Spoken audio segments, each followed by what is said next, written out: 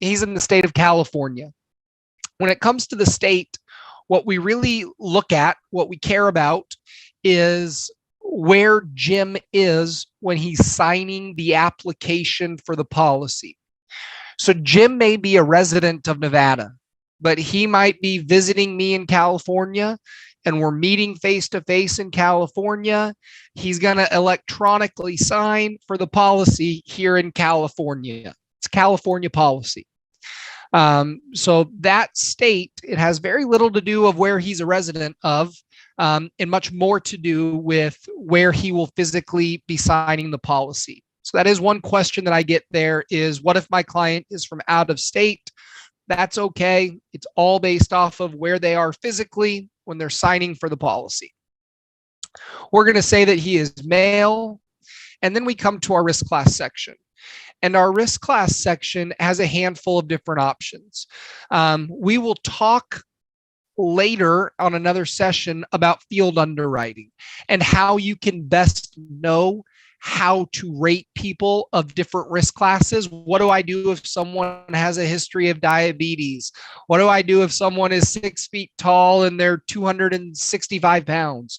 What do I do if I take this medication for high blood pressure? We'll talk about that a little bit.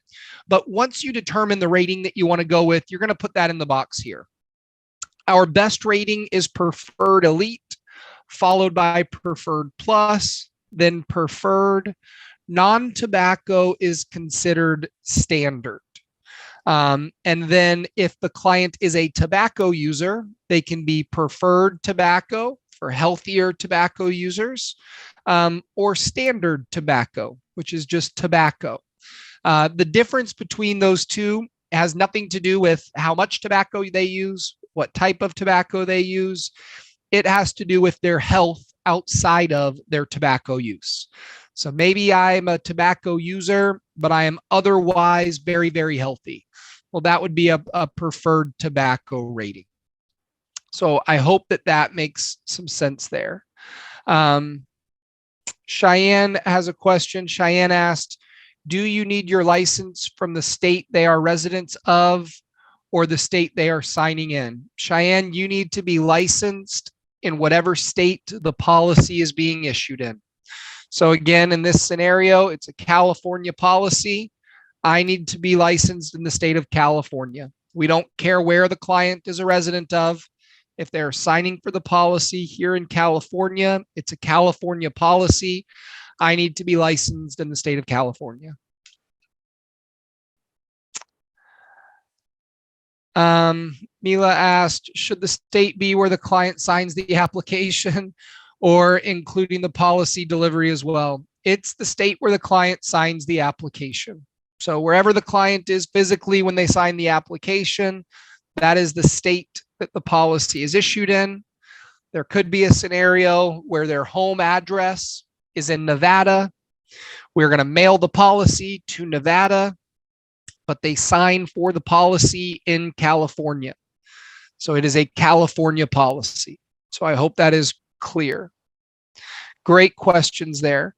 One thing you'll notice on this insured section, in addition to the risk class, you have the opportunity to put in these things called substandard table ratings. And the substandard table ratings can be anywhere from A to P. This is when your client is not standard, but they are below standard. So hypothetically, my client has a history of diabetes and it's pretty well controlled, but maybe we submit the application and the underwriter tells me, hey, Will, we approved the client, good news, but not at standard. We had to go a little bit below standard. We gave them a rating of table D, as in David. Well, I would select table D, and that would be how my policy is approved. I can update the pricing and look at how that changes the costs. So this will not apply to most clients. It's rare to see a table rating. But if you hear back from an underwriter, that's what you would put in that box. For most of our clients, there is no need for a table rating, and there is no need for a flat extra. A flat extra is kind of like a table rating where the client has additional risk. that we need to consider. So maybe if they've had a history of DUIs, or they've spent time in prison, or they engage in very extreme forms of rock climbing or private pilot, that might be an additional risk that we take into consideration, and that's where we apply the flat extra.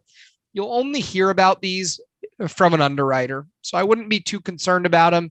If you have specific questions, you can give us a call and we will connect you with an underwriter. Maria asked, is there a definition list for the tiers and the table rating? Maria, they get progressively more expensive. So you're going to see that a table D is more expensive than a table B. As far as the definition, it's just added risk. It adds to the cost of insurance, so it's below standard. Dennis asked about an issue with New York. Yes, Dennis, New York residents can't get a policy unless they're in the state of New York. So New York is very, very different.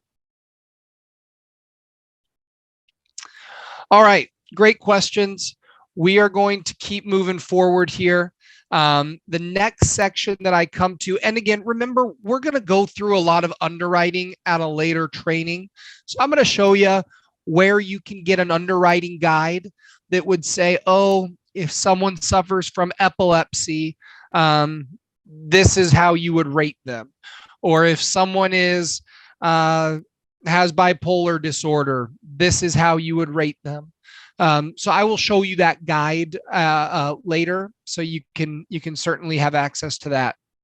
What I want to do today, and we're a little limited on time, what I want to go through today is a little bit more on what you need to put into each box to run a majority of your illustrations.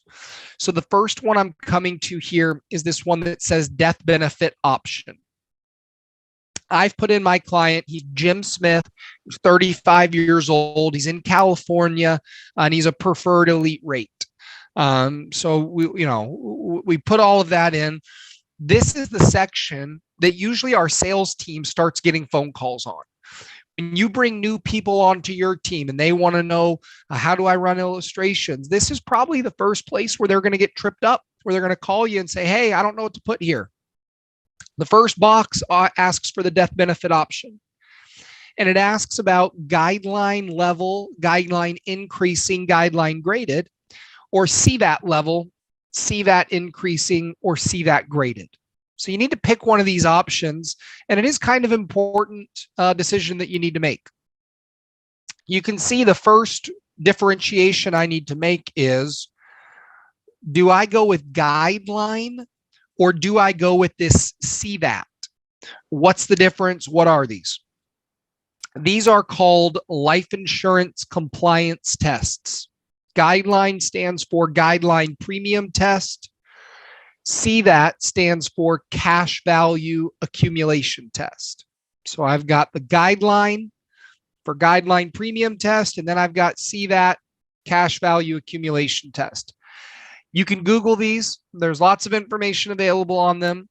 These are life insurance compliance tests that are given to us as part of the IRC, and it stipulates that, look, if the IRS is going to treat this policy like a life insurance benefit, and that means when you take money out, you take it out on an income tax-free basis, they say, if we're going to treat this like it's a life insurance benefit, it needs to look like a life insurance benefit. It cannot tip the scales in their eyes, break one of these tests, and become an investment or a MEC, modified endowment contract. So what does this mean? Well, it means we have rules that we need to follow to make sure this remains life insurance and not an investment. For example, life insurance can build up cash value. We all know that, and we're going to show that. But I can't have more cash value than I have death benefit, right? My cash value can't exceed my death benefit. The IRS would say, hey, that breaks our rules. That's no longer a life insurance benefit. That's an investment, and we want to tax it like an investment. So they've given us these set of rules that we need to follow. And we have two different sets that we can follow. You get to choose which ones you want us to use. Guideline is the most common. Guideline should be your default. That is the one that most of our policies come in at. Guideline is best when a client is paying the target premium or pretty close to the target premium. Guideline is going to be best for them. When should someone use CVAT? In a special circumstance. Use CVAT typically when you want the maximum flexibility to overfund by the greatest amount. CVAT allows you to pay in the most amount of premium. It has higher funding limits. So if my client says, Will, I don't want to pay the target, I want to pay the maximum, that's a scenario that we would want to look at CVAT. So I know that's a little complicated. Again, you can spend some time researching these two.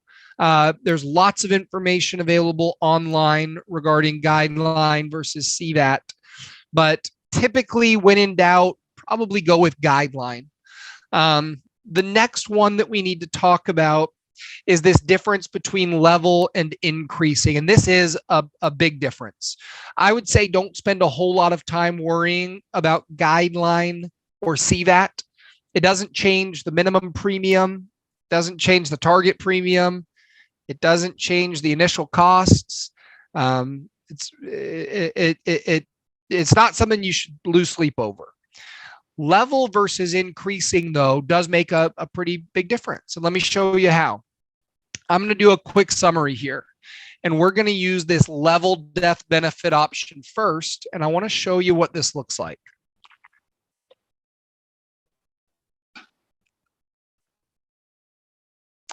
Dentist asked, you cannot switch between guideline and CVAT once the policy is issued.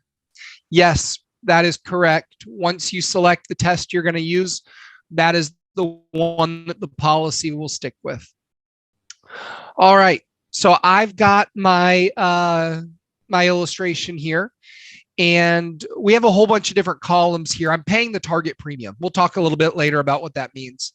But I want you to look at a couple of these columns because I want to talk about the target premium. The first two columns that I really want you to focus on are the policy value and the death benefit. The way that an IUL works, we've talked about this, so you should have a good understanding here. The way that an IUL works is that you pay in your premium and the life insurance company deducts out the charges, the fees, the cost for insuring you. So you pay in your premium, and then Transamerica takes out the charges, the cost for insurance.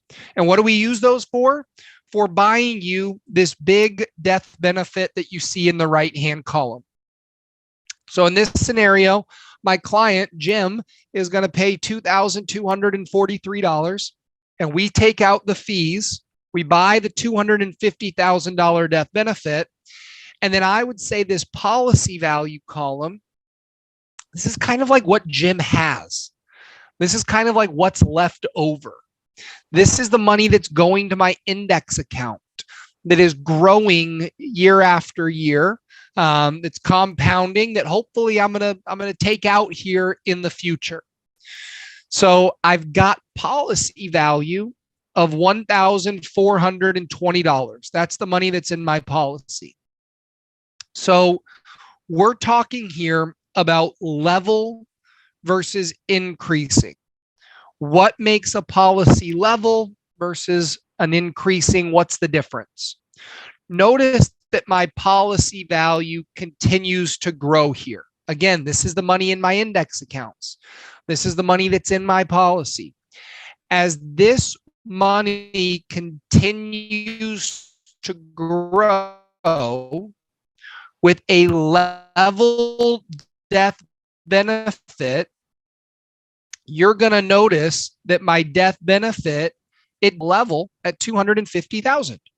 So look, let's pause here, maybe at the 20th year. At the 20th year, I've got $59,000 in my policy. That's fantastic. I've got $59,221. And if I were to pass away, my family would get a check for $250,000. So what I want you to remember, no matter how much money I have in my policy, my family just gets this level death benefit of $250,000. It remains level. By the time I'm 65 years old, I have $132,155. It's quite a bit that I've been able to build up over the last 30 years. And my death benefit is still level, meaning that if I pass away, my family gets $250,000. So whatever is in this death benefit column, that's what my family would receive. So I hope that's clear. That is a level death benefit. I have had people who pause me right here and say, "Will, that's not fair. I don't like that. That makes it sound like the life insurance company is keeping all of my money." And I'm not a fan of that. And that's okay. If you're not a fan of it, you don't have to go with the level option. Instead, you can go with the increasing death benefit. And I'm going to show you here that when you switch from level to increasing, it doesn't change my premium amount. Remember, I'm paying the target premium with Jim. We're just paying in the target premium.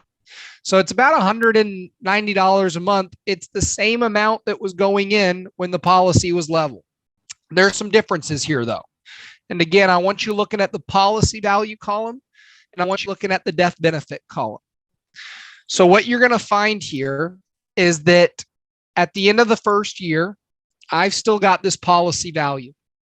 It's $1,420. This is not a level death benefit anymore. This is an increasing death benefit.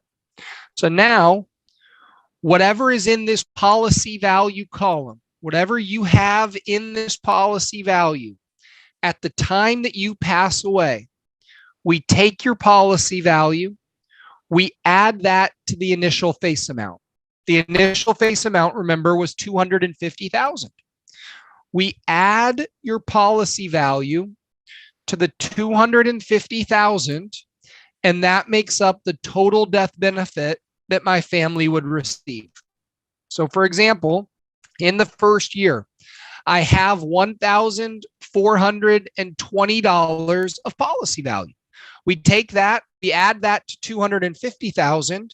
So now when I pass away, my family gets $251,420.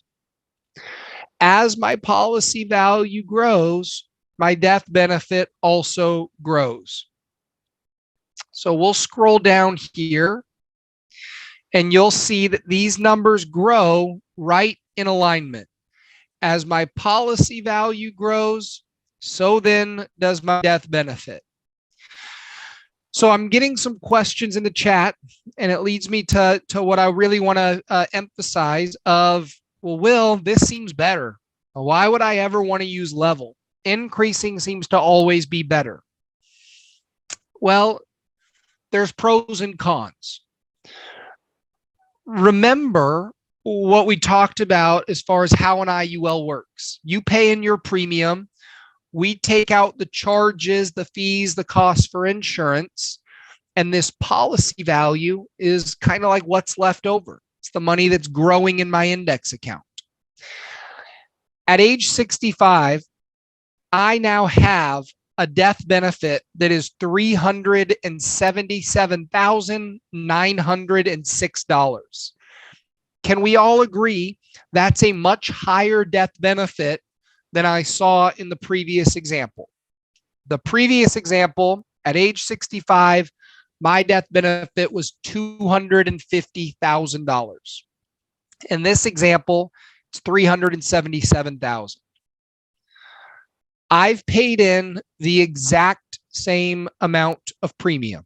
It's identical in both scenarios. So Will, why would I ever want to go with level? Why wouldn't everyone just go increasing always? With the higher death benefit comes higher costs within the policy. Again, with a higher death benefit comes higher costs within the policy. Remember, I pay in my premium, you deduct the charges, the fees, the cost for insuring me, you take that out, and this policy value is what's left over and what continues to grow. In the previous example, at age 65, I had a lower death benefit, but I wrote it down. My policy value was $132,155. In this example, my policy value is $127,906. It's a difference of like $4,200. So if my client said, well, Will, where'd that $4,200 go? I would say, oh, that was kind of part of like the higher fees for getting you the larger insurance amount. Which means there's a pro and a con to this. Higher death benefit is good. It has slightly lower policy value. Do I want the higher death benefit and the lower policy value? Or do I want the higher policy value, slightly higher, and quite a bit lower of a death benefit? It's entirely up to the client. It's up to me, the agent, to help educate them, make the right decision. Here's what we found. Typically for younger clients, Jim here is 35, you're going to want the increasing death benefit. That $4,200 that I'm missing out on, that's very minimal, right? But it's a much bigger death benefit. Typically for a younger client, you would say increasing is going to be your best option. For an older individual, someone who's in their 50s, their 60s, they're approaching retirement, they might say, hey, I need to keep costs as low as possible. I'm not in this for the largest possible death benefit. I'm in this for the highest possible cash accumulation, and it's expensive for me at an older age. We want the costs as low as possible. Well, for an older person, maybe we do level. So to each their own. Keep in mind, unlike the CVAT versus guideline conversation, this is one that you can use a combination of both. So what a lot of people will do is they will do increasing during their younger years. They'll do increasing while the client is still working. And then maybe when they hit retirement, you switch it to level. And you start to level it off so that you keep the costs as low as possible. You have that opportunity. You can switch it anytime after the third policy year. So I hope this is clear. There is a cost for having the increasing death benefit. In this scenario, it's pretty minimal to me. Andrew had a question. What's the benefit of using level? I think we got to that. Yes, you can still borrow from your cash value in a level policy. And if I die before I pay back my loan, does it go against my death benefit? Anytime you take a loan out, it will lower the death benefit. Can we switch from level to increasing anytime we want or vice versa? We addressed that. Yes, anytime after the third year. Don asked, what will happen to the policy value in a level base policy should the client pass away, say at age 70 in the previous example? Whatever's in the death benefit column, that's what the client's family receives. So they get whatever is in that death benefit. So in a level death benefit, it's just the level amount of $250,000. What is the difference between guideline increasing and CVAT increasing? It's just those two different compliance tests. So increasing works the same in both ways. Do the illustration tell you the total costs over the life of the policy, the cost of fees and other charges? Cheyenne asked. Yes, Cheyenne, you can go to this cost and values ledger right here. If you click on that, it would show you all of the costs broken out for every fee that we charge in every year. Can the policy value exceed the death benefit? No, the policy value will never exceed the death benefit. In a level scenario, perhaps the policy value is growing so high that it could reach the death benefit. the death benefit would step up automatically. It's a period that we call corridor. You'll see it in the illustration. There has to be a little bit of a distance between the two, so the death benefit would automatically increase. Great question, Daniel. Cassandra, what happens to the cash value and level when the client passes? The client doesn't receive it. So the client does not receive that cash value. It is not something that gets added in. So I hear people who try to paint the life insurance company as like the big bad guy, like, oh, the evil life insurance company keeps the cash value. That's not necessarily true. With a level death benefit, we charge you lower costs of insurance. So it's more like the cash value is still returned to you, and we're charging you for a much lower amount of insurance. So I think everyone's had some great questions. Feel free to put more of those questions in if you have any. Let's talk, and we're going to wrap up here at 12:45, so we've got about another 10 minutes. Let's talk a little bit here about these other columns. And next week, we're going to really go into some advanced illustrations and some case studies. But I want to talk today and make sure that you're very confident in everything that comes out with this illustration. So we talked about policy value and death benefit. You must be able to explain those to your client. But equally important is being able to explain the cumulative premium and the cash surrender value. So today, we're not going to go into loans and withdrawals. We're going to talk about that next week. Premium is what I pay each year. So in this example, I'm paying in $2,243.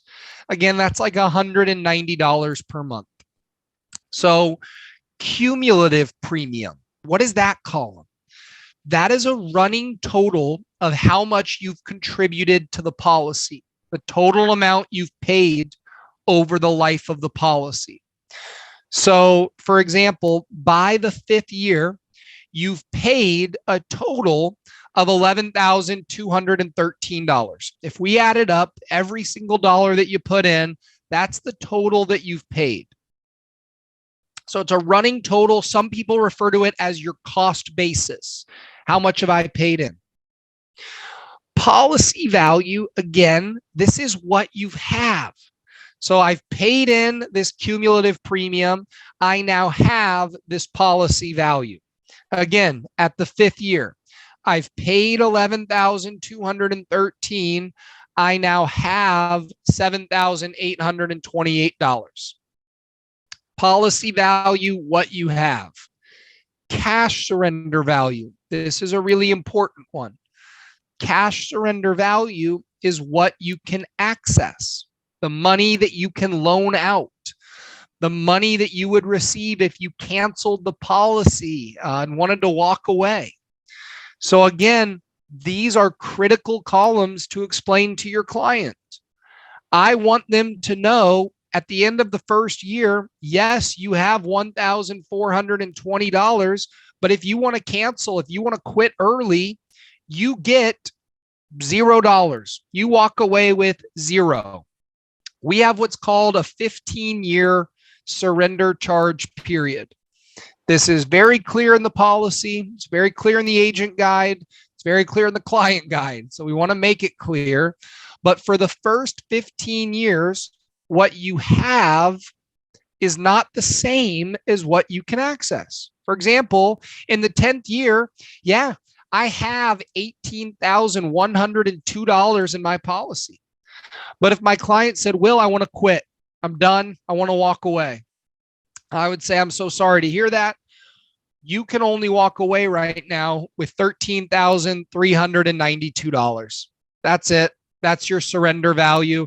If they said, I want to take a loan out, I would say you have this pool of money that you can take a loan from. Once we hit the 15th year, though, I have $35,589 and I can access $35,589. I'm 100% vested in the policy. I no longer have those surrender charges. These numbers are going to be the same each year moving forward. So I hope that makes sense. The four most important columns to be able to explain and that you must explain: cumulative premium, this is what you've contributed; policy value, this is what you have; cash surrender value, this is what you can access; death benefit, this is what your benefit is should you pass away. Very important, very transparent. You want people to know what this policy can do for them. I have sat with a lot of people talking about this policy, and I've worked with a lot of different types of agents. And a very common objection that I get, and one that I really think you can use the illustration to help you tell a story with, is, hey, I know that I need life insurance protection. I know that I need this coverage for my family. But this is $190 a month, and I can get a term policy from my P&C agent from Allstate. I can get a term policy. They're saying for $40 a month, Will, and it's going to cover me for 20 years. Why would I go with this IUL when I can get this term policy for $40 a month? When you get that objection, use this illustration. I want you to take a look at your policy value here. I want you to think about a $40 a month term policy. If my term policy is $40 a month, that means I'm paying in just under $500 a year, $480 a year. If you look at this illustration, well, the first year I pay in $2,243. You guys take out the fees. I now have $1,420. So I start with $2,200. I have $1,400. Where'd my $800 go? Will, I'm down $800. That went towards the costs for insuring you. So they would look at this and they would say, the term policy seems cheaper. The term policy seems like the better option. And in the short term, it might be. But I want you to keep in mind what a term policy looks like. And if it was $40 a month at the end of 20 years, let's say I'm now 55 years old, and let's say I haven't passed away. How does a term policy work when I get to that 21st year? Policy expires. I'm now 56 years old, and I probably have 10 years, 15 years left to work, and I'm no longer covered. And it's going to be a heck of a lot more expensive. And my health probably hasn't gotten better. If anything, it's probably gotten worse. And I'm going to have to go out and find another term policy. It's going to be very expensive. I paid in $480 a year for a period of 20 years. That's like $9,600. That's almost $10,000. I paid in $10,000, and what do I walk away with? Goose egg, zero. Now, in this scenario, remember cumulative premium? This is the total amount that I've paid. So I've paid in more. I've paid in $44,850. But what do I have? Well, I now have about $58,604. And I could walk away if I wanted to with $58,604. So instead of that $40 a month term policy, if I got this IUL and hypothetically it performs like this, well, I get back every dime that I put in. And on top of that, I've got nearly $15,000 more than I paid into the policy. So I was covered for 20 years and I made $14,000 more than I ever put in. And I'm still covered. My death benefit is growing, right? It's a higher death benefit. And sure, I could walk away then, or I could keep the policy, right? And I could keep having this coverage without having to go requalify.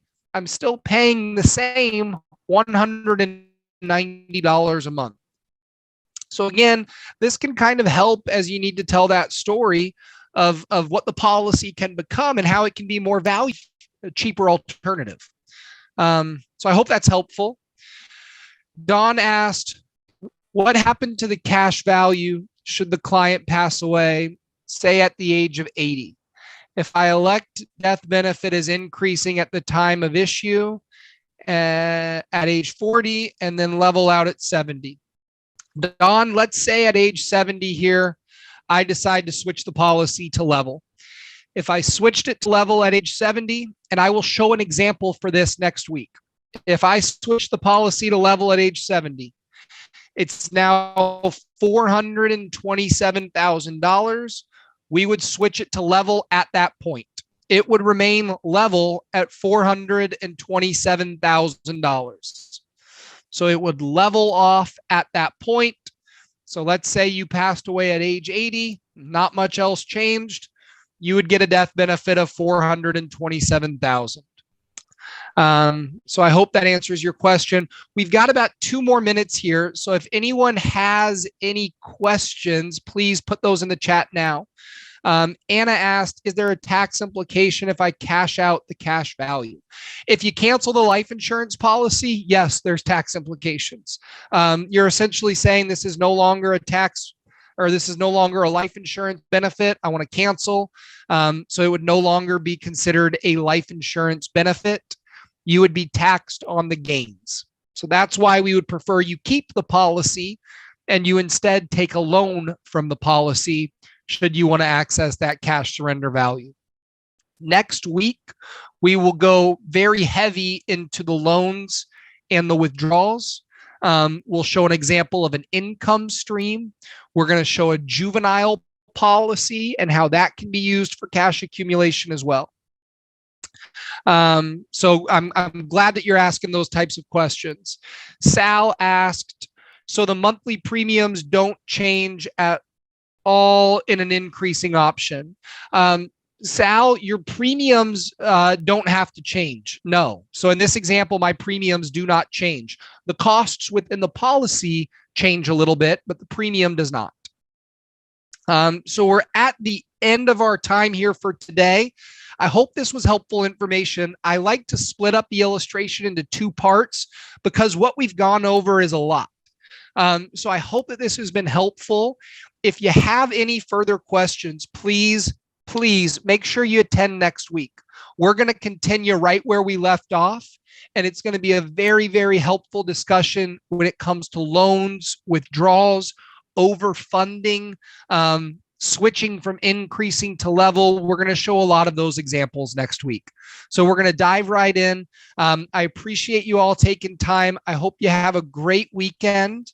And again, I'm really, really excited for what we're going to be able to cover next week. So thank you all so much.